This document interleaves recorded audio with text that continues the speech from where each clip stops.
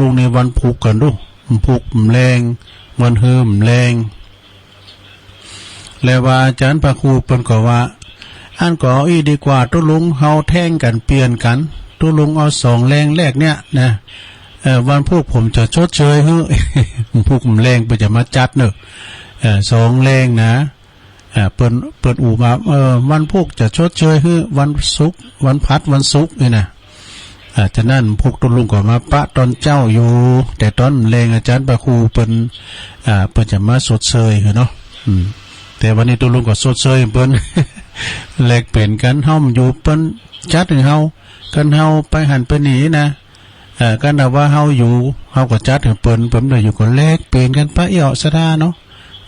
เปิ้นว่ามือคนเฒ่าได้งอมจะไปฟังกายก็ตะนรงเด้อก็มาอู่มาจ้าช่วยกันจัดรายการเนี่ยกันเนาะซะดาตุลุงตัวก็มดเฝ้าเหมือนกันนะ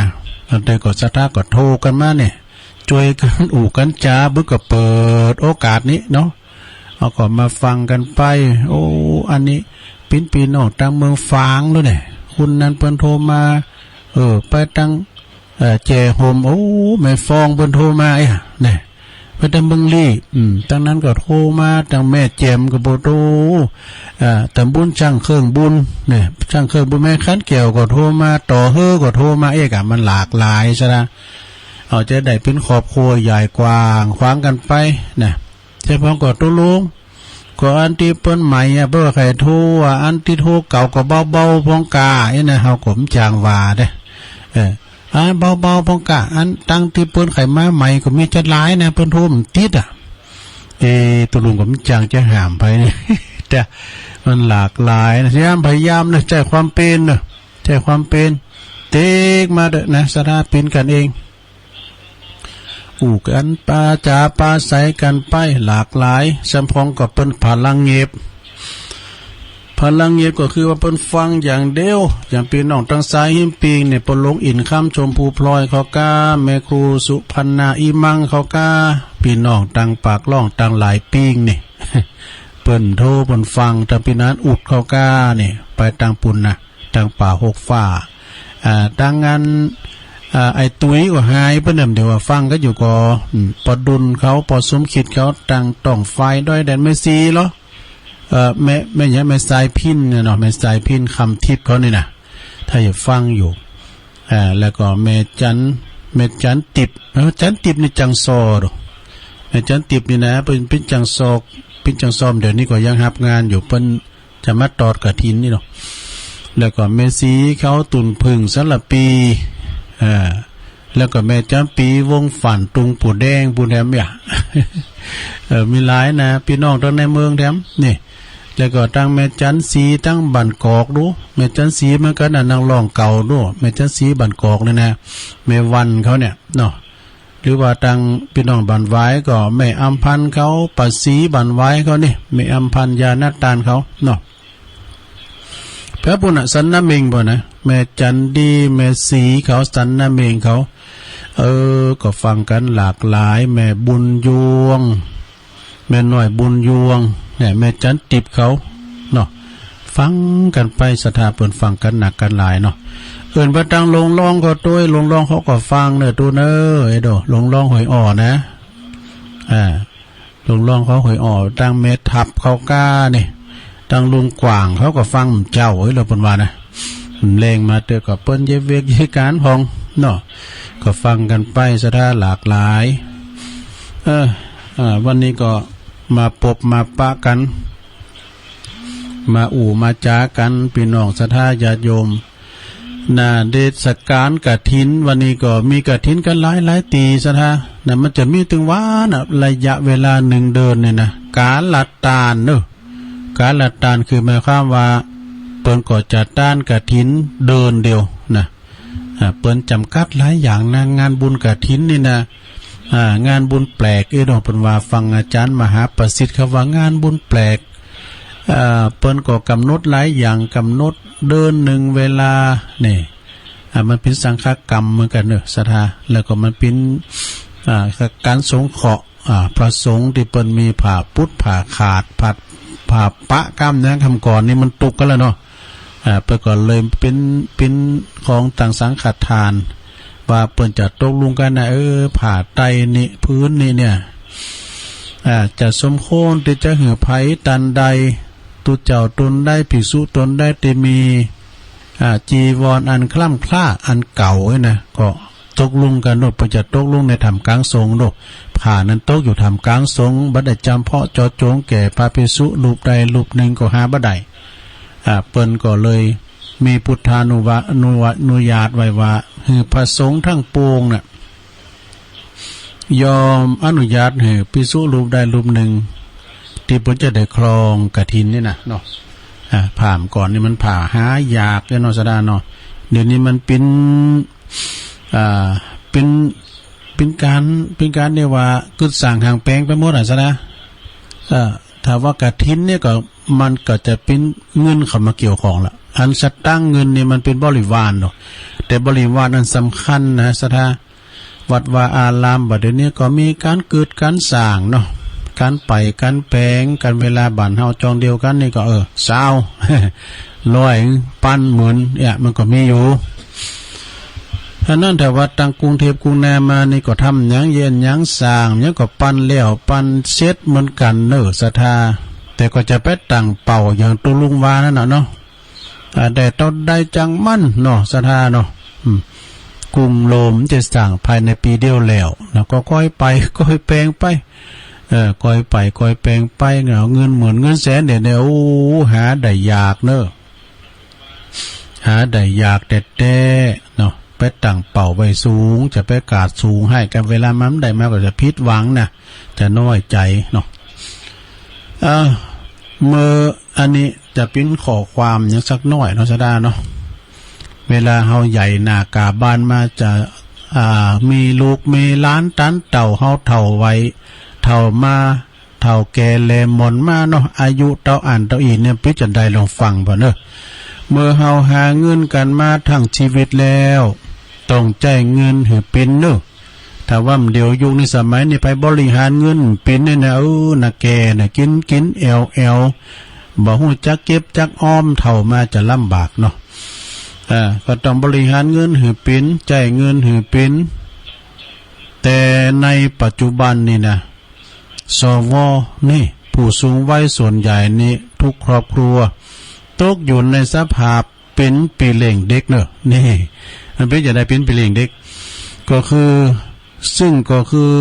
หลานในหลานของตนนั่นเองอันนี้เป็นเขาไปเล่งเด็กโลหลานถึงกันนั่นก็ตามเนอะระดับความเป็นอยู่ของผู้สูงวัยสวน่ะก็ยังขึ้นอยู่กับอายุเหมือนกันเนอะขึ้นอยู่กับอายุเหมือนกันเป็นรุ่นลูกสหาเนาะจึงมีคุณเปรียบขึ้นมาว่าเปรียบเทียบว่าแต่ละช่วงอายุเป็นลูกบอลต่างๆเป็นฟุตบอลเนี่ยใช่ไหมนะถ้าว่าแต่ละช่วงอายุนะเป็นเปรียบเหมือนลูกบอลต่างๆดังที่จะแปลต่อไปนี้นะเมื่อว่าเฮาอายุเกิน100หรือว่า50 ปีเนาะสถาเนาะเป็นเปรียบเหมือนบาสเกตบอลนี่เป็นเปรียบเหมือนบาสเกตบอลที่ทุกคนก็ยังต้องการแย่งกันชิงกันอยู่เอามานี่นะแย่งชิงกันอยู่พร้อมยังเพราะว่ายังสามารถหาเงินเข้าบ้านได้อยู่นี่ยังสามารถหาเงินผลิตเงินปิ่มตั้งปิ่มแบ่งได้อยู่ดูแลบ้านได้อยู่และเป็นปีเล่งหลานที่แบบเบาไว้วางใจได้ดีที่สุดนะคือเปิ้นหัวหลานอยู่เนาะโอ้หักลูกหักหลานอันนี้ก็วัย50 ปีเนอะพอดีมาถึงทำไว้นั่นหรอวัย60 ปีนี่วัย30เนี่ย มาถึงอายุ60 ปีเป็นเปรียบเหมือนวอลเลย์บอลนี่บอลเหมือนกันนะเป็นวอลเลย์บอลก็ยังคงต้องเป็นตีการที่ว่าต้องการแย่งกันหับลูกอยู่นี่นะยังใจงานได้อยู่ด้วย60 ปีนะปรดีดพื้นเนอะ60 ปีนี่นะ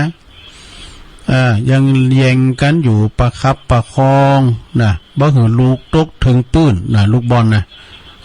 ทั้งนี้เพราะยังเป็นวัยที่แข็งแรงอยู่นี่ยังแข็งแรงอยู่นะทำการงานบ้านได้หลากหลายทำงานได้ในบ้านหลากหลายอยู่ปฏิบัติปัดโปกวาดผิวยังได้อยู่นะวัยปลดเกษียณดูวัย60 ปีนี่นะยิ่งมีเวลาดูแลหลานผอหลานซึ่งเติบโตซึ่งเป็นเด็กอยู่ชั้นประถมแล้วนี่อยู่ชั้นประถมพอดีจาก60ก็มาอายุ70นี่เนาะเขาจะรู้กันอยู่ก่อ ลูกหลานจะรู้กันอยู่70 ปีเนี่ยนะก็ค้อนมีเฮ็ดมันก็รู้กันเนาะกันค้อนมีเฮ็ดก็ไปผอนี่อายุ70 ปีนี่เป็นเปรียบเหมือนลูกฟุตบอลโอ้ลูกฟุตบอลนี่เป็นเปรียบเหมือนลูกฟุตบอลไปแล้วไผก็แย่งกันเตะโอ้แย่งกันเตะหนีไปไกลๆเอ้าพร้อมกันนะก็เตะออกจากโต๊ะได้ทุกมือนี่ส่วนว่าหลานนั้นก็ใหญ่โตเป็นหนุ่มเป็นสาวแล้วที่บ่ต้องการให้ไปดูแลต่อไปซื้อเฒ่าคนเฒ่าก็เลยมีความหมายดู70 ปีแล้วดู 70 ปีแล้วเป็นวัยที่ว่าไผมันก็ต้องการแล้วนะเป็นวัยที่มันเปรียบเหมือนฟุตบอลน่ะนะไม่ก็ควรจะเตะออกจากห่างจากโก้เด็กๆห่างจากบ้านจากจ้องเนาะพอถึง80 ปีแล้ว80 ปีไข่โฮมันหายนะ80 ปีนี่เปิ้นว่าอายุ80 ปีนี่เป็นเหมือนลูกกอล์ฟพุทโธลูกกอล์ฟนี่เปิ้นตีกอล์ฟตีกอล์ฟไปเลย ทุกคนนี่จะต้องทุกคนต้องการที่ว่าตีกอล์ฟนี่ไปไกลๆเนาะจนถึง250 350 ลาไปได้ยิ่งดีดูคือไปหึงไกลๆไปหึงไกลๆจะดีมากกว่าหรือตีหึงลงคุ้มลงคุ้มก็ไม่เข้ามาสุสานหงสุยไปเลย โธ่เอี้ยดูเมื่อว่าเฮาหมดความหมายแล้วศรัทธาญาติโยมลูกเต่าล้านดินมันต้องการน่ะดูถ้ามันจะเปรียบเทียบเนี่ยเหมือนลูกกอบลูกกอบที่เปิ้นตีกอบน่ะถ้าลุมไปเลยเมื่อเฮาปิ้นดังชนิดแล้วก็ผู้ที่อยู่ในวัยนะช่วงวัย60 70หรือว่า80 ปีก็ดีก็ควรที่จะเฉลียวใจให้หน่อยเนอะควรที่คิดจะเฉลียวใจความคิดพองอย่าไปถึงการเวลาเนี่ยมันมาทำลายความสุขของตันเนอะใครอยากใครกินยังก็ซื้อกินใครกินพองนะอยากจะซื้อยังก็ซื้อกินไปพองอยากจะกินยังก็กินไปนะหรือว่าจะเฮากินยังก็ไม่ต้องลังเลแล้วก็อย่ามัวเมาแต่เสียดายสตังค์นี่พระเสียดายมันสตังค์นะเฮาหามาถึงชีวิตก็กินไปตานไปต้องหู้ไว้ว่าถ้ากัดพริบตากำเดียวนะบักกี่ข้างพริบตาบักกี่ข้างก็จะกลายเป็นลูกกอบนะจะกลายเป็นลูกกอบตีลูกหลานตานเต่าจะตีไปจัดไกลงคุมไว้สำดีอยู่นะแต่ก็มันมีเป็นบ้างกรณีนะเนี่ยความจริงนี่ก็มันจะว่าคุณเฒ่าแล้วลูกจังหลานหน่ายมใจนะมันมีหลายกรณีเนาะก็จะกลายเป็นลูกกอบตีโดนที่ถูกตีแล้วถ้าเป็นทหารโดยการโดยกับการเปรียบเทียบนี่นะก็ส่งต่อให้ผู้อื่นในวัยเดียวกันเนี่ยอ่านพอเลยเนาะคุณเฮาในวัยเดียวกันเนี่ยตระหนักเด้อคิดว่าตระหนักถึงว่าต้องรักษาสุขภาพตัวเองเนอะนะต้องระมัดระวังรักษาสุขภาพตัวเองเช็คร่างกายอยู่มันเริงนะรักษาตัวเองหรือว่าเรื่องนอกกายเนี่ยก็วางให้หมดนะเรื่องนอกกายเนี่ยวางเสียให้หมดแล้วก็หาเวลามาพักผ่อนไว้พักดูไปไหนไปทัวร์ไปเที่ยวพองเนี่ยเปิดหูเปิดตาเนาะเพื่อหาความสุขเงินเหลือก่อนนะไปแอวเงินเหลือก็ไปแอวพองให้หน่อยเปิ้นว่าให้อย่างนี่เปิ้นว่าปล่อยไม่ลงปลงไม่เป็นเย็นไม่ได้ เท่ากับตายผ่อนส่งอันนี้ก็จบลงไปซะนะเพียงขอคิดนะโยมเนี่ยความจริงนี่เพิ่นก็อ่านกันหมดแล้วแหละแต่ว่าตุลุงก็มาอ่านที่เพิ่นมีลายกล้ามจังได๋น่ะอันนี้ก็ขอบคุณทางแม่เดือนเพ็ญประสงค์มานะเพียงขอคิดดีๆนะเนี่ยซะนะขอคิดดีๆเนอะอันนี้ก็อาจารย์อนาลัยโยก็มีหือมาเหมือนกันเจ้านี่ว่าผิดไปก็ฮะและแม่เดินเพียนก็มีมาเหมือนกันลืมกับจำเนี่ยนะอันใดสำคัญกว่ากันลองไผลองตอบแล้วลืมกับจำเนี่ยโอ้จำได้อยู่มันนั้นมันเป็นนี่เฮาไอ้นี่เฮาก็ลืมก่อนแล้วก็จำนี่เหรอแล้วลืมนี่เหรอมันลืมมันหนักเหลือน่ะเนาะลองว่าพอแล้วนะว่าลืมกับจำยังสำคัญกว่ากันเนี่ยเฮาเคยกึดว่าการมีความจำดีเป็นสิ่งดีพิเศษนะแต่เมื่อเฮาเข้าใจมันหนักขึ้นลืมต่างหากเนอะที่เป็นสิ่งที่พิเศษอย่างแท้จริงเฮามันลืมยังง่ายนะเดี๋ยวนี้ซ้ำให้เนี่ยคุณเฒ่ามาให้ซ้ำขี้ลืมนะหากว่าเฮาลืมบ่ได้ชีวิตเฮาก็จะเหมือนกับอยู่ในโลกสีเทานี่ลืมความลุงเรืองในอดีตได้นี่ก็คือการปล่อยวางเนี่ยอดีตเคยลุงเรืองเนาะเฮาก็เคยผ่านมาแล้วก็เลยปล่อยวางลืมความล้มเหลวในอดีตแล้วได้ลืมความล้มเหลวในอดีตได้ก็คือความกล้าหาญนี่ความกล้าหาญนะลืมบาดแผลตีไผฝากไว้ได้อันนี้ก็คือการหึงอภัยนะหึงอภัยโตยามสมัยเป็นบ่าวมื้อนั้นเขาซ้อมเฮาหิมตายไอ้เนาะเดี๋ยวเฮาลืมได้เป็นการอภัยลืมความผิดพลาดเนี่ยศรัทธาญาติโยมคนเรามันก็จะมีผิดพลาดพองคนที่ของคนอื่นในอดีตได้นี่ก็คือความเมตตาเนอะความเมตตาเนี่ยนะศรัทธาอยู่กับไผก็การกรุงลุงเริงกันเมตตามีนะว่าคุณหนุ่มว่าคุณถามว่าดูเจ้าพนายนะถ้ามีเมตตานานรับก็เป็นสุขตื่นขึ้นมาก็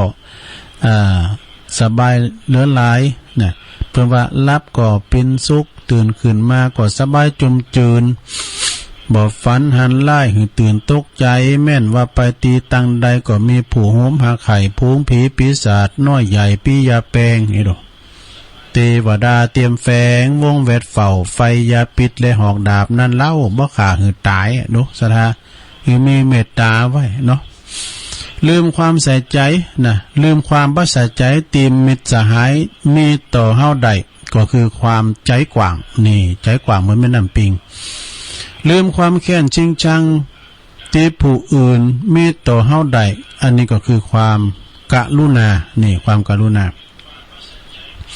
ลืมการทะเลาะเบาะแว้งกับคนที่เฮาฮักได้อันนี้ก็คือการความฮักอันยิ่งใหญ่ลืมยากกว่าจำเนอะนะเป็นว่านะลืมนี่ยากกว่าจำมากมายหลายเต่าหนักจำคือฉลาดเนอะลืมคือปัญญาเนี่ยเป็นสองอย่างนะความจำคือฉลาดความลืมนั้นคือปัญญาชีวิตเหลืออีกบรรนานนะที่สำคัญอย่าลืมยิ้มให้กันนะยิ้มแย้มแจ่มใสเนอะศรัทธาญาติโยมทั้งหลายคุณเฮานี่ถ้าว่ายิ้มแย้มต่อกันนี่นะโลกจะสดใสหักกันแป้งกันกันเวลาว่าเฮาหันกันแล้วเนี่ยตักทายกันอย่าไม่ได้ถามกันก็ยิ้มซะกันก็ยังดีนะเนาะดีเลยว่าเฮาหน้าโจหน้านิ้วคิ้วกระโมดอันนี้ไผก็บ่ไข่เข้าไก่เนอะถ้าได้โศกจ้าเนาะอารมณ์ดีจ้านะ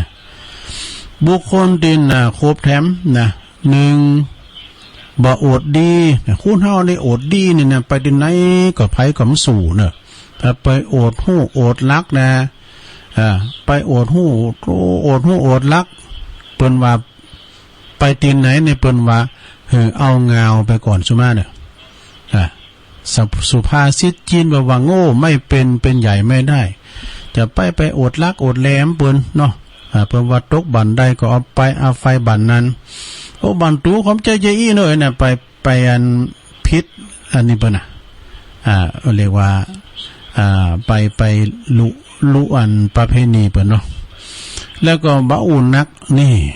ไม่พูดมากแล้วก็อ่อนน้อมถ่อมตนกันไปไหนนี่อ่อนน้อมถ่อมตนเปิ้นอูดถ่อมตูไว้จะไปปุขุนเสียเปิ้นอำพองนี่ไปโอดมังโอดมีนี่เนาะเป็นว่าเป็นไหนก็อ่อนน้อมถ่อมตนเรียกว่าไปยอมเหาะหน่อยหนึ่งนี่นะเฮาก็เหมือนว่ามีคุมในฟักแล้วก็หู้จักผ่อนเส้นผ่อนยาวเนอะนี่มีขันติผ่อนเส้นผ่อนยาวแล้วก็อุจจาอ่อนหวานปิยวาจาเนี่ยปิยวาจามีเสสละบ่เอาเปรียบมีความกตัญญูมีความกตัญญูแล้วก็บริษยาเสียดสีมีความสุขุมหลบขอบบ่ข่มผู้อื่นอันนี้ก็เป็นบุคคลที่น่าคบเน้อศรัทธาญาติโยมทั้งหลายเอามาเสนอสนองกับศรัทธาญาติโยมทั้งหลายขอบคุณทางแม่เดือนเพ็ญเปิ้นก็ฝากมาเนาะช่วยกันจัดรายการนี่จ้ะอันนี้ก็เป็นธรรมดาเนาะศรัทธาญาติโยมอันนี้เราของครูบาทางปุณโญก็เอี้ยนเนาะศรัทธาญาติโยมอันนี้ของครูบาทางเมืองนานเนาะเป็นว่าฮื้อน่ะก็มีจัดหลายซะนะอันนี้เพิ่นก็บอกว่านะศรัทธาเป็นคำก่อนกันเนี่ยบั้นปลายชีวิตนี่ศรัทธาบั้นปลายชีวิตก็คือว่าชีวิตเฮาที่มันเฒ่ามาเนี่ยมันเป็นจังได๋บั้นปลายชีวิตเนี่ยเป็นคำก่อนกันเนี่ยชีวิตผ่านเลยไปจนไกลลับไม่หวนกลับคืนมาหาฉะไหนทั้งพ่อแม่สิ้นชีวาพิลาไลลูกในไส้ก็ลี้ลับมีครอบครัวนี่อีกแมวหมาเลี้ยงมาก็ลาจากหมาแมวตายหมดเจ้ามาพรากจากไปไกลใจสลัวก็เหงาบ้างตามวัยใจไม่กลัวนี่เพราะว่าตัวยังมีเพื่อนไม่เลื่อนไกลเนี่ย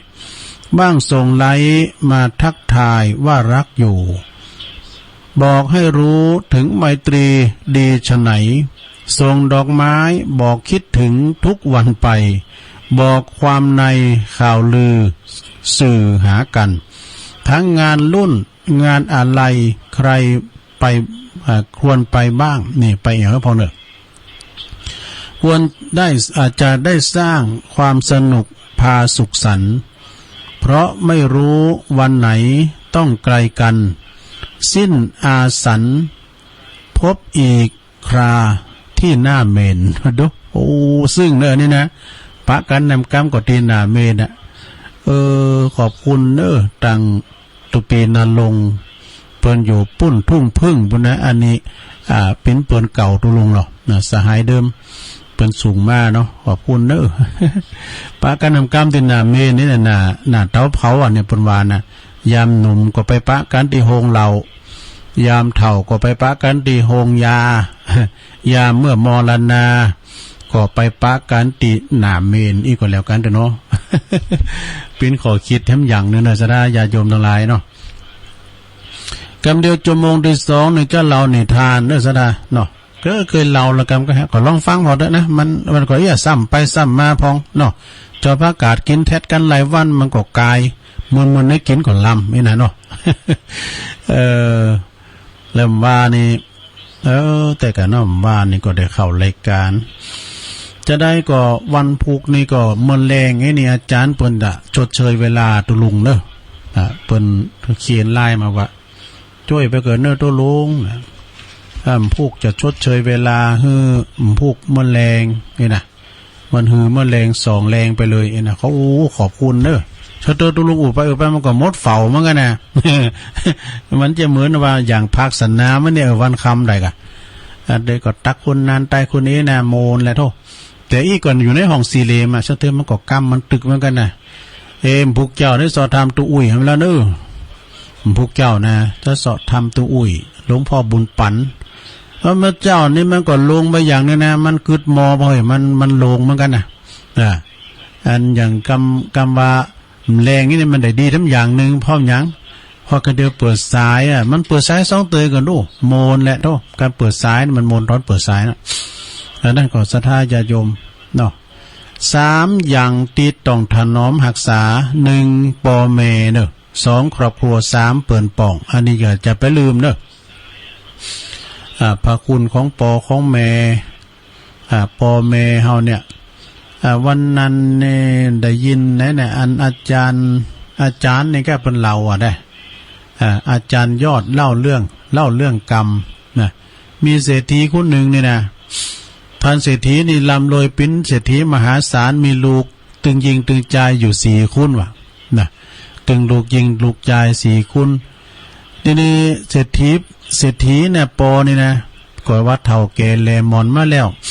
ก็เลยแบ่งทรัพย์สินให้ลูกเต่าคุณเต่าใดเต่าเดียวกันหมดตึงบ่อายเก้าตึงนี่ล่ะนะเต่ากันหมดแล้วก็เปิ้นก็เลิศตีคุ้มตีฮอตีเฮินแล้วก็สมบัติทั้งส่วนหนึ่งเอาไว้กับตัวน่ะนะเอาไว้กันตายไว้ให้เขาเล่งให้เนาะอ่านขอนแต่มีเฮ็ดแล้วก็เขากินเขาจ่ายกันไปเงินคำกำแก้วเขาก็ลอยรอไว้กับลูกมันเนี่ยมันบริหารเงินบัดจางเนี่ยศรัทธาญาติโยมเปิ้นได้เงินมาแล้วเปิ้นก็ต้องเอาไปต่อทุนไปก้าไปขายก้าจะได้หรือว่าเอาฝากไว้ใครอีกเนาะอันนี้เอาไปกินหายจ่ายเสี่ยงไปเขาก็มาลมโหกันน่ะลูกโหอากาตันอยู่เลยเนี่ยมาลมโหกันไหนปอเอ้ยแม่เอ้ยแม่มันมีละอีปอนี่นะก่อนเงินคำเกี่ยวดิปอยางเนี่ยก็แบ่งให้ลูกให้ล้านจนหมดจนเสียงแล้วแทบหน่อยปอจะไปอยู่ดินไหนไผก็ได้ไปอยู่ต้นบ่ายเก้าก็ได้ไปอยู่ต้นอีลาเขาก็ได้เอาเถอะนะหอเฮินเดินดาวจะขายก็ดีขายเลยกะเอาเงินมาแบ่งให้ลูกหลานเนี่ยเพื่อจะเอาไปต่างเนื้อต่างโตเป็นทุนร้อนปอมันก็เจอแต่ว่าขายตีขายหุนแบ่งทรัพย์สมบัติให้ลูกเป็นข้างละหลอกเป็นไปต่างที่กิจกรรมเลยเนอะปรากฏว่าลูกถึง4คนเนี่ยอากตันอยู่หมดยามใหม่ๆนี่หาดีกะ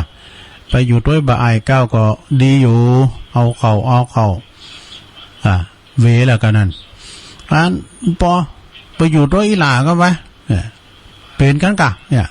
เฮาเนี่ยได้ก่อนได้ซ้อได้หานี่ เอาแล้วมีพิษปกติแล้ว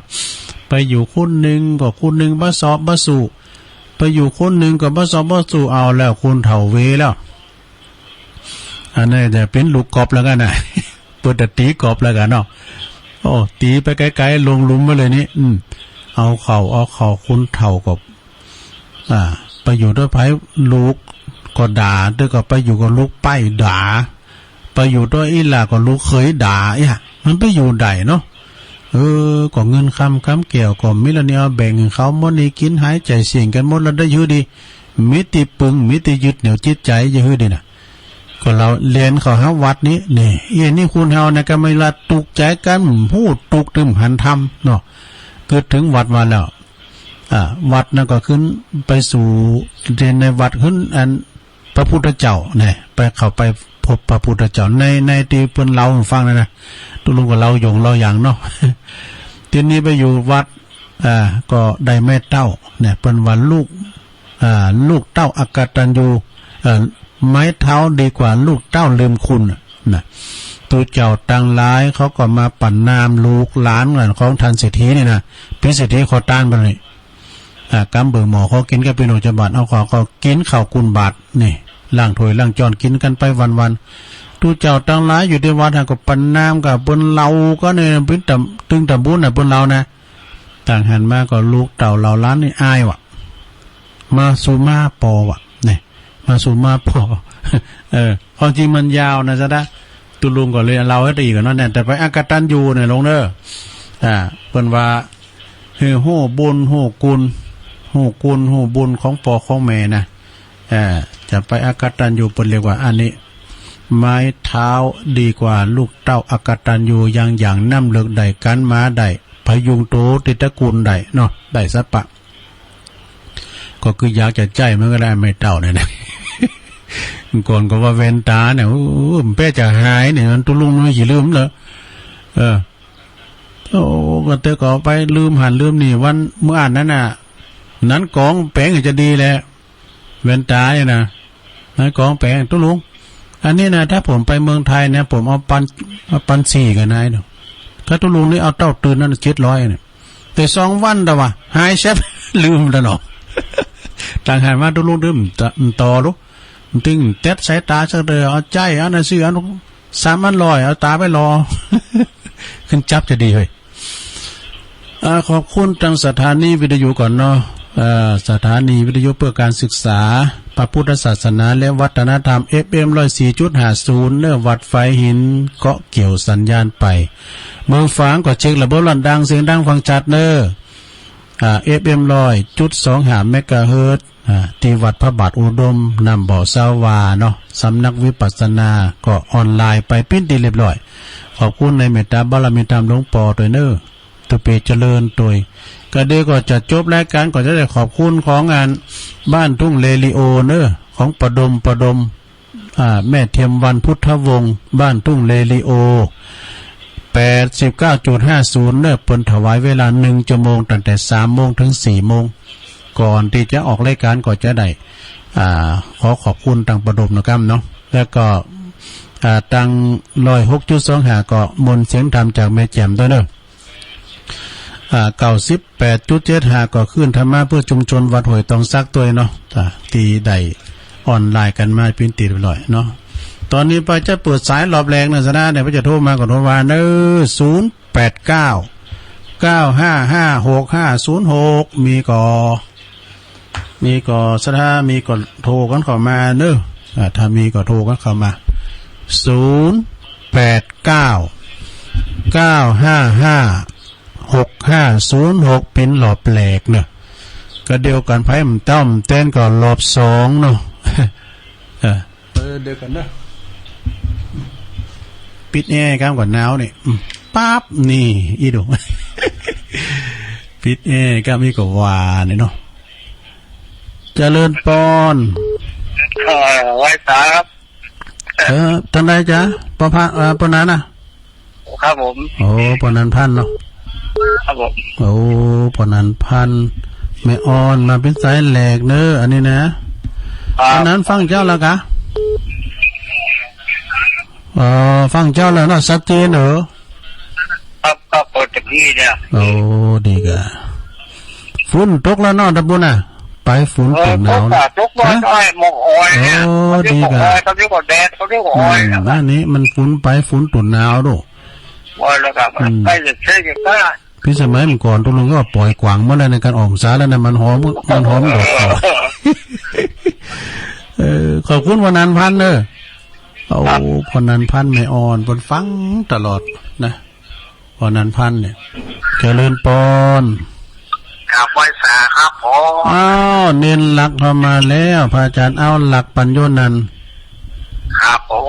มมานึกถึงชีวิตก่อนน่าสลดใจเหมือนกันเนาะแม่น่ะแต่กะหน้างอมหน้าเหงาเนาะแต่อายุต้านไปด้านอายุต้านเป็นด้านเอามาขึ้นได้กันว้าวใจเหมือนกันเนอะตามไว้น่ะได้นะกะโอ้มันก็มาว้าวอุลาเหมือนกันเนอะกันมันมีคอนมีเฮ็ดก็ยังแควนนะพระอาจารย์เอาหลังเนาะกะผ้าคอนมีเฮ็ดก็ยังแควนน้อยอย่างเขาว่ากันงับเงื้องไผมาพอนี่เขาผมจะลูกหลานเฮานี่เป็นลูกหลานเขาจะอยู่แต่เฮาเมินโอ้เฮาก็ใจบ่ายมันได้บ่ายจ้ะได้อย่ามันดีเตียวได้ไปเป็นดาฮานี่บ่ได้เนาะได้หน่อยนะหน่อยก็อย่ามอยกะไปว้าวครับแต่ก็รักใจขอบคุณเน้นหลักหนักๆเด้อครับผมไว้ครับโมนซะนะเปิ้นโทรมาให้เฮาใจดีโทฮัลโหลเจริญปอนพระเจ้าเจ้าลุงอ๋ออันนี้แม่พิมพ์นะเจ้าไม่ริมประเดชเจ้าแม่พิมพ์ประเดชมาแล้วฟังเจ้าละบ่เจ้าฟังเจ้าแล้วเจ้าบริหารดีๆเนอะปั่นไปชีวิตนะจะไปค้อนมีเฮ็ดนะ อย่างตุลุงเลยอ่ะอืมชัดเจนเนาะขอบคุณแม่พิมพ์เนอร์แม่พิมพ์ตาเดช ไว้ตาเจ้า พี่น้องแต่เมืองฝางรอป้าน้อยปั่นเขาบุญปั่นเจริญปอนป้าน้อยบุญปั่นนี่เป็นแควนกาเป็นมีไฮนาปาตั้งนี่เป็นมีโซนตูนกันเนี่ยเจริญปอน ไหวซาเจ้าตัว อันนี้ซ้ำดีกันได้บทรู้ของดีบนฝ่าบานได้ แม่ฉัน ป่าถ้าขอนนี้ทำมาใจ แม่นแต่กะอาจารย์ดีแกบทรู้ลูกเป็นในแผลเป็นน้อยใหญ่ดูประเดือดร้อนจังตะวันบนดินละตัว แม่น่ะมีกูอย่างกินต้านอุตต่างเนาะได้หมดไปแม่น่ะไปบอกกับมีลูกตูตัวเขาเป็นลูกเก่าขึ้นมาตัวมันเท่าแล้วนี่เล่งแป้วเล่งน้องเก่าพอแป้วไม่เอายื้อแล้วว่าไปกำลินกันมันโมนนะโมนนี่อย่าแยกกาเป็นลูกเป็นหลานตั้งเสียงอันเนาะอย่าติดทำต่างทำเขาจะรักเจ้าอยู่ตัวลุงเลยนะขอบคุณแต่แม่จันเรือนใสไปคุณแป้ไปกันจะไปนอนวันที่16เนี่ยกะไปตัวลูกคงเสียงนะนอนน่ะดีอากาศมันได้หมดขนาดนั้นนะโรไปพอเราทะเลหมอกแต่ปุ่นในหนาวอยู่นะเป็นดอยอันดอกสีเป็นดอกมะตองเนี่ยจ้ะแม่น่ะปากันบุญเนาะสีนี่ได้เต็มดอยเลยนะโอ้ลายกะควรจะไปจัดลายมันกันนะเจ้าเอารถตู้ไปกันโอ้ดีกะโทเอี่ยมนกำปิกเป็นของเขาฝากบ่น่ะกะลำปีเปิดเป็นขึ้นได้หรอคนถุงพุทธยายแถวเดายืนหือดูโอ้ปีน้องปากายอนี่ดีแต่เปาะสารพี่ปอนสารพี่เป็นว่าเปาะสารผิดกินแล้วจะหลายวันอยู่เลยข้าวก็ลำเนาะข้าวก็ลำบุตโตเขาดอยนี่มันเลยนะลำนี่กินมันนี่อ่านเพลงก่อนลายชัดเจนนี่นะตัวลูกขอบคุณแม่จันได้หลายเด้อสาธุก่อนอูดเรื่องว่ากระลำนั่นก็เอามาผ่าเป็นขู่เป็นข่าวกับลาบนะครับเจริญปอนเช้าไว้สาเจ้าทุลุงโยมอยู่ตั้งใดจ๊ะอยู่ป่าบงเมียเจ้าแม่พันนะเจ้าแม่พันป่าบุ้งเนาะเจ้าป่าบุ้งนี่ก็วันนี้เสียงดีเนี่ยตุลุงนั่นนะแต่ว่านี่ติดคัดนะนะครับขั้นต่างมันตึงใจจะได้จ้ะก็มันเสียงดีเกี่ยวกับอินเทอร์เน็ตเนี่ยกะเนาะเจ้าป่าบุ้งไม่พันฟังเจ้าแล้วเนาะฟังตั้งแบบตีสามแล้วพ่อลุงดีกับพวกเจ้าตุลุงมาเนี่ยพวกเจ้านะโดนกู้องค์เจ้าแต่ว่ามันแรงนี่พวกนี้ตุลุงพวกเจ้าตุลุงก็จะมาอยู่มันถึงเวลาน่ะตีตุลุงพัดชุกเสาเนาะทุกคนอดฐานดับฟังขอบคุณแม่พันหลายๆเด้อเจ้าไว้สาเจ้ามาละเมืองฝางมา1สายแล้วเด้อเมืองฝางนะเจริญปอนกลับไปสาครับมาแล้วถูกพัดพิงบ่น้อยบุญปันครับผมเป็นกำลังใจตุลุงเนอะโอ้ดีนวดเลยตุลุง5,000ลวกก็นั่นก็เพราะว่าอันพวกนี้อาจารย์พระครูจะสดเสยเห็นหรอต้นแรงนะดินวดเลยโอ้มาสดเสยอย่างนักสู้2 แผ่นดินนักกว่าอย่างเนาะได้ยินหลังจริงก่อนนักสู้2 แผ่นดินน่าสุดขึ้นมาได้นะจอมดูพยายามไม่แบบหัวไม่กำลังใจนักทุลุงนั่นกันเนาะเพิ่นก็ช่วยจัดหน่อยเดินเพนเขาให้กับปอนหน่อยเป็นกำลังใจทุลุงตลอดเด้อโอ้ขอบคุณปอนหน่อยปันหนักๆเลยครับขอบคุณครับขอบคุณจ้าโอ้อันนี้ ผู้ฟังรุ่นอาวุโสพ่อน้อยบุญปันมโนครนะเสาหินฝาง เจ้าลุงมาเห็น โอ้แม่เพนเนาะคนชั่วชีวิตโอ้แม่เพน มาแล้วจ้าเจอมือเจ้าลุงเลยเด้อจ้าเด้อขอบคุณเนอะจ้าเวลาตัดเตะกันนะเจ้าลุงเนาะขาวเตี้ยผู้ก็จะติดครับมันจะติดกันเด้อยินดีท่าน พอ หลา ตั ย ดท้ายมานะจ้าพอจะติดกันได้เจ้าลุงเด้อขอบคุณแม่เพนนางๆเด้อเจ้าว่าเจ้าสายไต่ก็มาแล้วพี่ยังผูกจะสอหาถ้ำมนมาติดกันขอบคุณลงนานด้วยเนอะแต่เจ้าเป็นโลกมาเปิดหรือยะอาจารย์ไปปุ่นปนไปอันตอดกระถินตังไม่วางเจริญปอนนมัสการเจ้ายายพรน้องวัวแดงจังกระแปงเจียงใหม่มาแล้วยายพรมาฟังต้นเจ้าหรอกะฟังเจ้าหรอกะฟังเจ้าแล้วจะฟังอธิบายน่ะร้องวัวแดงยายพรนี่ใจดีเด่นห้องเพลงฟังสักเพลงเหรอฮะห้องเพลงเหรอนี่หรือพี่จ๋ายายพรนี่ใจดีเด่นนะมุดตู้เบิกบ้านนะต้องไก่หันตัวได้เนื้อยายพรเนี่ยเพชรตุ๋ยได้มาช่วยหอมกับฟังเสียงช่วยเบิกบ้านนะอารมณ์ดีนะแม่พรเนี่ยน้อยตัวน้อยอ่ะปาที่ปลายจ้ะที่เขาลายๆเนี่ยมัมกินหนักๆตัวน้อยอ่ะตั้งขาเนี่ยมันกินข้าวกับข้าวล้ำนั่นนะก่อนคือยากากวางส่งเลยกะยากากวางส่งตุลุงก็กินน่ะตัวเล่งลงเลยเหรอผมเหมาะวันนี้ไปทางใดฝนตกเหรอเดี๋ยวนี้สิเนี่ยพวกโทรมาทำเด้อมันที่เช็ดเลยไปฮะดาวคนจะถึงก็ดีร้านจองหนึ่งเช็ดแล้วว่าเด็กป้ากันสักเตยกับยายพรเนาะป้ากับมาลงเรือแดงนี่ก็นั่นก็เขาเลี้ยวไปเนี่ยหูจักกันตัวนี้ฮะก็ไปเอากันลายกำแป้งแต่เนี่ยบ้านอ่ะตุลุงก็ไปประชุมอ่ะหนูไปชันเพลนที่ประตูเปิดของเองกันออกช่วงไปจู่มาเร็วมาถึงนั่นนะนี่จำไว้จีพีไปก่อนเร็วมาตั้งมงเฉียวนี่เร็วช้ามาตั้งมงเฉียวตึกสองแจ้นั่นน่ะตึกสองแจ้นั่นเลยมันหัวสีฟ้านี่หัวสีฟ้านี่จำไว้เนี่ยหัวสีฟ้าก็จะมีรังพึ่งเองอ่ะนั่นเนี่ยห้างพึ่งก็มีลูกโคมันจีย้อนเขาเล่นพึ่งก่อนปวดตัวยายพรวันนั้นเขาฟันตกน้ำบ่อหอสุมาดื้อดิ้งซุ่นะน้ำบ่อน้อยนะมันก็ตกไปนะบุตรดูตั้งบุญนะหุยกันหุนเลยวะคุณอยู่ตั้งบุญนะมีพ่อแม่เขาบุญอ่ะเอาน้ำพุงยืนลงไปเอาน้ำพุงอันย้อนลงไปมันกำน้ำใช้น้ำพุงอะไรวะเสด็จตื่นนี่เขามอยกันมอยบุตรก็ดีอยู่นี่มาสู้น้อยยายพรเนาะฟันไม่จูบไม่ลามเนาะ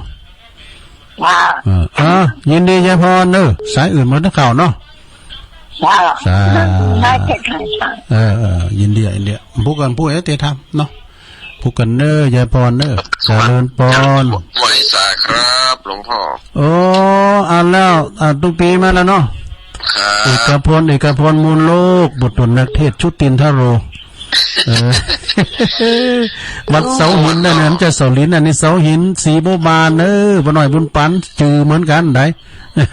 เสาหินมันฝังก็มีอุโมงค์เสียดายเอาตุปีมาออกกำเนาะมันจะจ่างกว่านี้โตเปิดนักเทศเสียงทองแห่งจังหวัดลำพูนติดตามตลอดนะทลุงเนอขอบคุณหลายๆเนอตุปีเนอเป็นกำลังใจขึ้นเนอมีงานเอินมาเนอครับได้ได้กันครับสาธุครับใบสาครับปวดโทอันนี้ขอบคุณหลายๆตุปีเนอตุปีเอกพลมูลโลกหรือวัดชุตินทโรวัดเสาหินเนอวัดเสาหินสีโบบานนะนี่เปิดเป็นนักเทศดูกวางควางเนอปุ่นไปแพ้ปุ่นอ่ะแถวหลายด้อยปุ่นลำปางก็ไปหมดเจริญปอนเจ้าค่ะภาษาชาวทะลุแม่ปลานี่มาละ ให้ปลานี บ้านนี้มาได้อันโทรหาตุลุงเนอ น่าก็หาย มั ไป น นะ เมาไปงานขาวด อ๋อ ำงานติดงานอ่ะ อืม แต่ว่าเสือปิ้งบ้านตุลุงปัดวันสายนะ อ๋อเป็นยังพวก ไปงานขาวดำกินข้าวล้ำขนาดนั้นมันเนี่ย ยายพรเมื่อกี้ขอลำนะยายพรนะ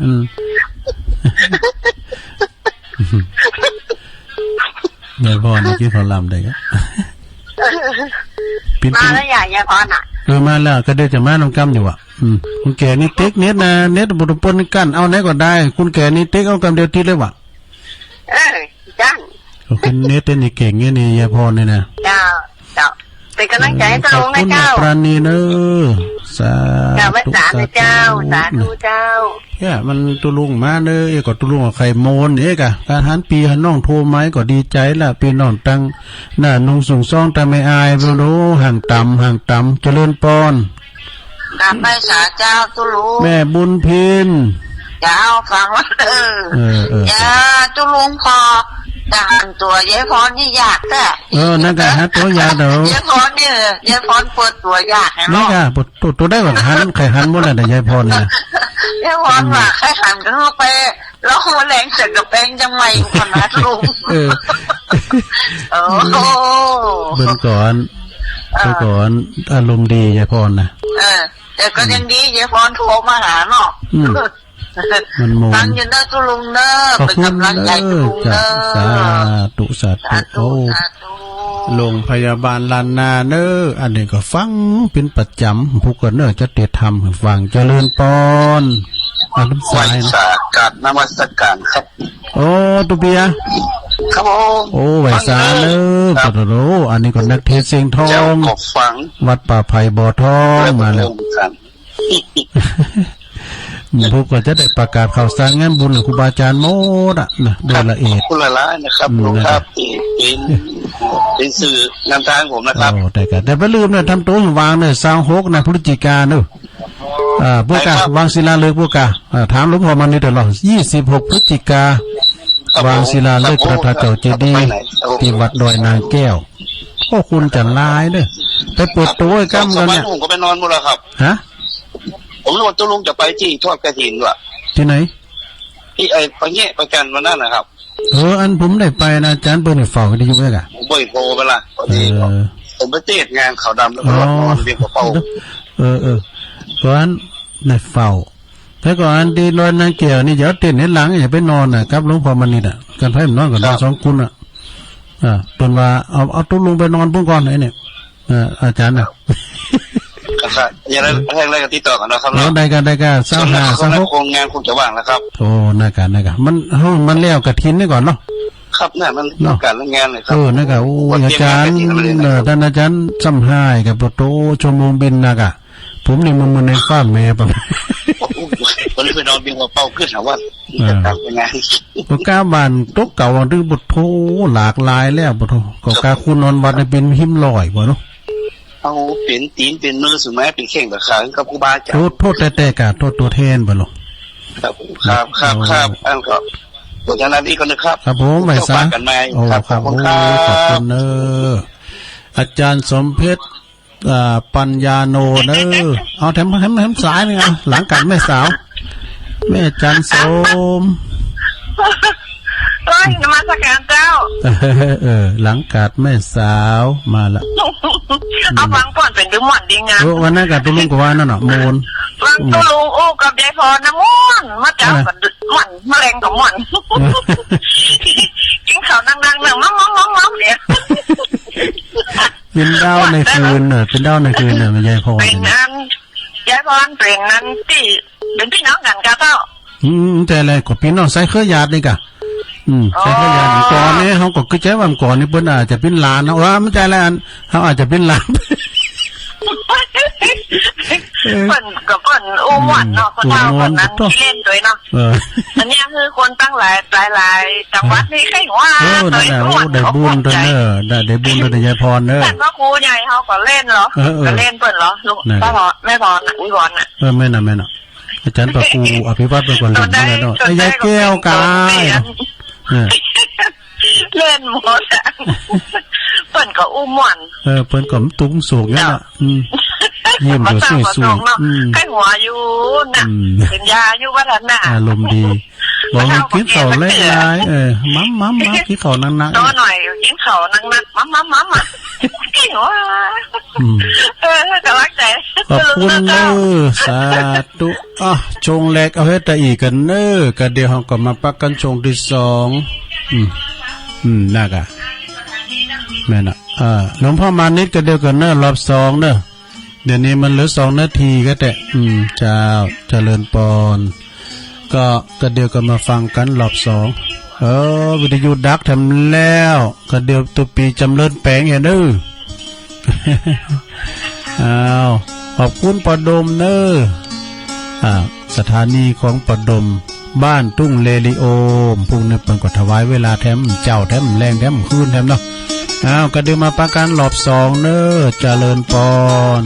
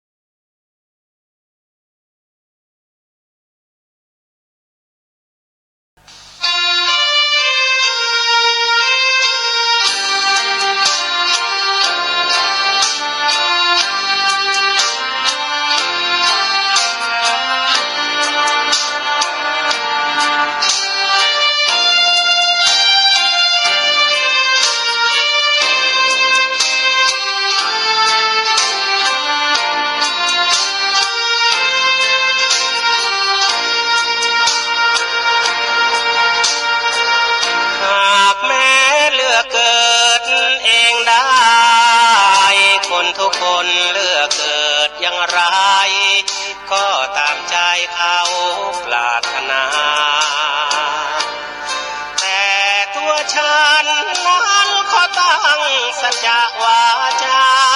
ถึงชาตินี้ชาติหน้าปรารถนาเกิดมาใกล้คุณหากร้อนผิวกายใจระทมตัวฉันยอมเลือกเกิดเป็นลมเฝ้าลูกชมเนื้ออ่อนละมุนหากหนาวนาขอรักวางไว้เป็นคุณขอเกิดมาเป็นผ้าอุ่นเกิดเป็นมนต์นุ่นสำหรับนางอย่าเกิดมาเป็นสีแดงแก้มแต่งเสาริมฝีปากคุณอย่าเกิดเป็นแป้งหอมครุ่นรูปไหลเนื้ออุ่นสองราอยากเกิดเป็นสร้อยห้อยคอไว้อยากเป็นดอกไม้ที่คัดหูอยากอยู่ร่วมหอมาให้หางจะขอเป็นแหวนสวมก้อยเป็นกำไรสวมใส่มือน้อยเกิดเป็นรอยรับบาทของนางอยากแนบเนื้อขอเป็นเสื้อสวมใส่สารพรางขอเกิดเป็นหมอนข้างเมื่อนางนวลน้องได้กอดน้อง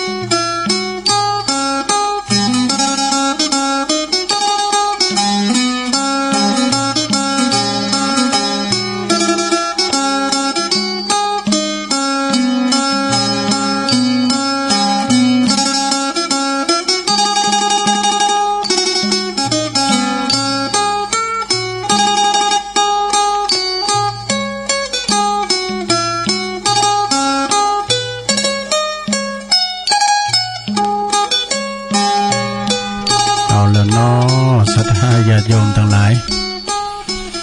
มาปักกันแถมกรรมชั่วโมงที่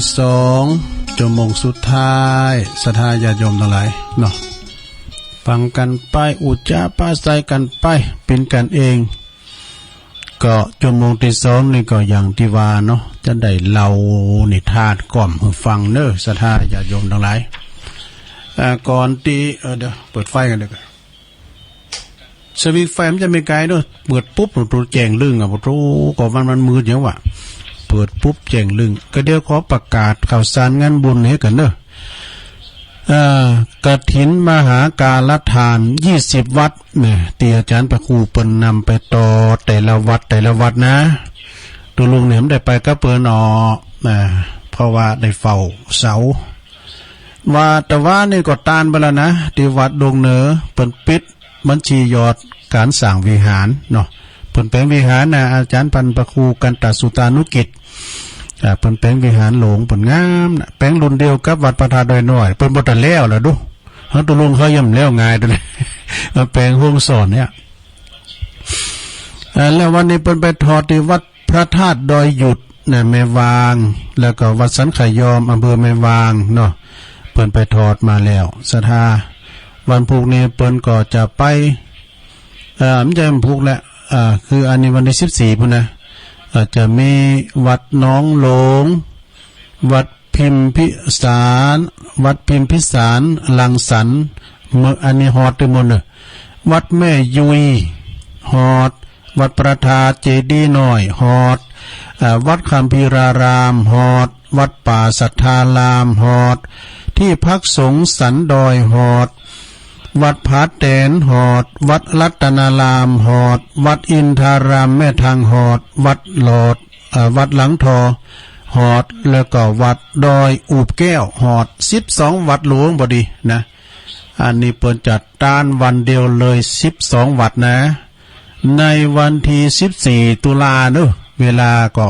14นาฬิกาเหมือนกันบ่าย2โมงเนาะก็วัดต่างหลายก็เอากล้องอย่าไปแห่เอาเนอะ วัดแต่ละวัดนะอันนี้กหบดี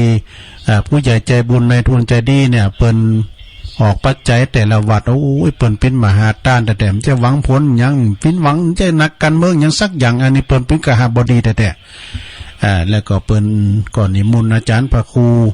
อภิวัฒนวิกรมเนี่ยไปทุกนัดเปิ้นก่อนนิมนต์ตุลุงเมื่อตุลุงต้องไปกุนัดนะเนี่ยแต่เฮาก็ใครไปตัวก็แล้วก็นี่เนี่ยมันเดี๋ยวต้องไปตุนอยู่ตุนน่ะนะอยู่เก้ากลางเนาะก็จะได้ก็คนหลังว่าได้ไปในสักวัดอยู่อย่างน้อยก็ปากตั้งเจริญน่ะแล้วก็ตั้งอำเภอดอยหล่อนี่ก็วัดทุ่งบุรีอำเภอดอยหล่อแล้วก็วัดยางครามนี่ต่อวันเดียวกันวันที่15ตุลาเนอะ14นาฬิกาแล้วก็16นาฬิกา2วัดนี่นะแล้วก็วันที่18อันดับที่18วัดหนองหอยเก่าตุลุงสิงคำจักรวโลเนอตุลุงสิงคำเกมไปเนอแล้วก็วัดโทกมามืดโดยอันนี้ก็วันที่22เนี่ยจะไปตานนะวันที่22นี่2วัดเนี่ยแล้ววันสุดท้ายลุลาโคหอมวันที่30เนอะตุลาวัดปากทางเจริญอันนี้เป็นจุลกฐินเนอะอันนี้งานบุญใหญ่พี่น้องตั้งแม่แจ่มจะมัดตำหกท่อผ่านเงาหลายอย่างไผไก่หันกี่พองเอากี่ไปหู้จักพองกี่อ่ะควักกาโกงกาเนี่ยก่อนในตุลุนเป็นรูหังอีแม่แหวงแหวเปิ้นเอาอันเนี่ยเปิ้นมีสะพานเนาะแล้วมันมาหาหลอดอันนั้นแล้วก็เปิ้นเอาภูมิปัญญาได้กันเนาะเปิ้นปั่นให้นานที่เปิ้นเป็นรุ่นน่ะเป็นฝ่ายหมดอ่ะเข้าท่าแล้วก็มันมีเปด้วยเปนี่มันหลอดไปหลอดมาเนี่ยแล้วมันต่ำหูกนะมันมีกี่เนาะมันควักนี่ก็มีผีนะปูว่าผีมันควักอ่ะนะวันที่30เนอะที่วัดปากตั้งเจริญอันนี้จุลกฐินเป็นงานบุญใหญ่สุดท้ายคือว่าเป็นวันที่ว่าเปิ้นก็มอเอกันนะมอก 3-4 โมงนี่เปิ้นก็เริ่มต่อผ่ากันแล้วนะเย็บผ้าต่อผ่าย้อมผ้ากันแล้วพี่น้องแม่แจ่มนะคืนหงอโทมได้รับได้นอนก็น่าโดยน้อยนี่เจอมา2ปี2ปีแท้กันแต่หันมาก็เป็นกฐินธรรมดาเฮาเนี่ยนะแล้วก็เปิ้นจัดต้านวันที่30เนอะตอนแรงบ่าย2โมงอ่ะนะบ่าย2โมงเปิ้นจัดต้านเนาะวัดปากตั้งเจริญเนอะ29-30สดาญาโยมไปกินไปทานกันเนาะอันนั้นก็เปิ้นแปลงหลายอย่างเหมือนกันเนอะเปิ้นก็โครงการเปิ้นจะลื้อศาลามันเก่าเพราะว่าฝุ่นตกมันโหเปิ้นจะเอาเมนชั่นชิดอย่างฮู้นะ ตาสียานแปลงห้องน้ำในบุรุษาวห้องกันนะห้องน้ำเพิ่นน่ะนะศาลาที่เนี่ยที่ไปแปลงนะศาลาบุกระเบิงเนี่ยนะเปิ้นจะไปแปลงน่ะอันใดก็เร่งตุลุงปุ้นเปิ้นก็เร่งเปิ้นก็จะมีงานนะอาจารย์ท่านพระครูอันนี้เดี๋ยวนี้ก็เล็งนะหลวงพ่อก็จะเอาโยมกฐินมากินข้าวได้บุญนะปูเล็งปูกระเบิงเอาศรัทธาญาโยมต่อไปก็จะเล่านิทานกันเนอะจะเล่านิทานก่อนศรัทธาญาโยมขอบคุณแม่บัวพัดด้วยเนอะต้นซ่านเปิ้นโทรมาหลังไม้ด้วยยายน้อยด้วยยายน้อยการนัดเดี๋ยวนี้ไม่ได้ยินเนาะยายน้อยนี่เปิ้นว่าได้ฟังทีเดียวนะแล้วก็เปิ้นจบแล้วก็ไม่ได้ฟังเล่านิทานยายแม่โผแก่ลูกสะใภ้นี่อันนี้ของเนนโอมเนอะเดี๋ยวนี้ปิตุเจ้าละตุปีโอมจากวัดทุ่งโป่งนะตำบลเหล่ายาวเปิ้นมอบขึ้นมามื้อน่ะก็เคยเล่าถึงเหมือนกันนะเอามาเล่าถึงคุณที่เปิ้นได้ฟังเนาะอยู่มาแต่เมื่อแล้วก็ยังมียายแก่คนหนึ่งยายแก่นี่ก็อยู่กินกับอยู่ด้วยลูกชายลูกบ่าวเพิ่นน่ะก็อยู่ด้วยกันมามื้อนั้นเมืองเนาะมื้อยิงเอาแม่เฮอีแม่ไข่อุ้มหลานโอ้แต่อยู่ด้วยแม่ไปอ่ะนี่เคลูกไปแต่งงานซ้ำไปแต่งงานก็ได้ลูกไปมาเนาะลูกไปก็ มึงเคยสู่ว่ายังใหม่ๆนี่ดีได้กะเอาขอมึงเคยสู่แม่ผูอ่ะมึงเคยสู่แม่ผูยายนี่ก็แก่มากแล้วทำมันยังก็บักข่อยได้แล้วนี่เท่าแก่เลมอนมาแล้วทำยังก็ถูกอกถูกใจลูกไปก็มาหันว่าก็คุณเท่านี้แทนไปล่างถ้วยล่างจนก็เสียถ้วยแตกอีกว่ะลูกสะไปก็เลยจึงบัดสอบแล้วก็แอวด่ายายเถ่าตัวนี้นะด่าย่อด่าหาอย่างอั้นอย่างอี้นี่ด่าย่อด่าหาพอแม่โพตัวเก่าในตอนตีรับประทานอาหารกินข้าวก็เหมือนกันนะและยายลูกสะไปนี่ก็แอบเอาน้ำจริงให้เลยนะไปเติมน้ำแกงว่ะเติมน้ำแกงให้แม่โพแล้วก็ทำเตยก็แกงก็จืดก็จางกินก็บะล่ำกินก็บะได้บางครั้งก็เผ็ดล่ำไปบางพังบางพังก็จืดบางพังก็จางนี่นะแต่ตอนตีสามีเป็นไปเยการมาสามีของเงินลูกของแม่นี่นะก็มารับประทานอาหารดีๆมันก็แป้งอาหารล่ำมาสู่โพมันนะอันลูกไปนะลูกชายกลับมาบ้านก็กินข้าวก็ลำดีมั่มอย่าพอหน่อยมั่มกินข้าวลำเลี้ยวก็แม่ก็บอกว่าเมืองเอ้ยเมืองย้ำหรือบ่าเนี่ยห้อยแม่ก็แฮมกินยิ่มลำน้ำเหลือ ก็มันน้ำมาใส่วันนี้น้ำมันไปลำมันเยแกงวะเนี่ยไปดีนะสตาญาโยมอย่างคุณที่เป็นปฏิบัติธรรมแต่ๆนะอันนี้มีความจริงนะมีความจริงเป็นปฏิบัติธรรมแต่ๆนะเป็นอยู่กุดกับคุณกุดนะอย่างคุณโกดเด็กอ่ะมีเต้นแล้วก็คุณอื่นนี่ได้กินข้าวหมดคนนี้ได้กินกันน้ำแกงได้ยินกันของกับอันโยมแม่อุ้ยนั่นแม่นันวานะไปถามไผก็อันเต้นไตเต้นเนื้อเปิ้นก็มีข้าวหมดว่ะโพดเป้ก็ไปถามคุณเดียวมาสูงอันนะมึงเขาเอาข้าวใส่มาถ้วยก็มากูโกะกะกูเต้นอะไรนะไปพ่อไปถามแถววันปอโคแม่โคเพื่อก่อนมาหมดมาเกิดใจหอดว่าคงจะเป็นกรรมของตัวเก่ากรรมตัวเก่าก่อนก็เป็นลูกไปอย่างนี้นี่มันแก่แม่โพเปิ้นน่ะแม่โพเปิ้นตาบอดแล้วก็เปิ้นเอาอาหารไปเหือนเอาอาหารไปหือ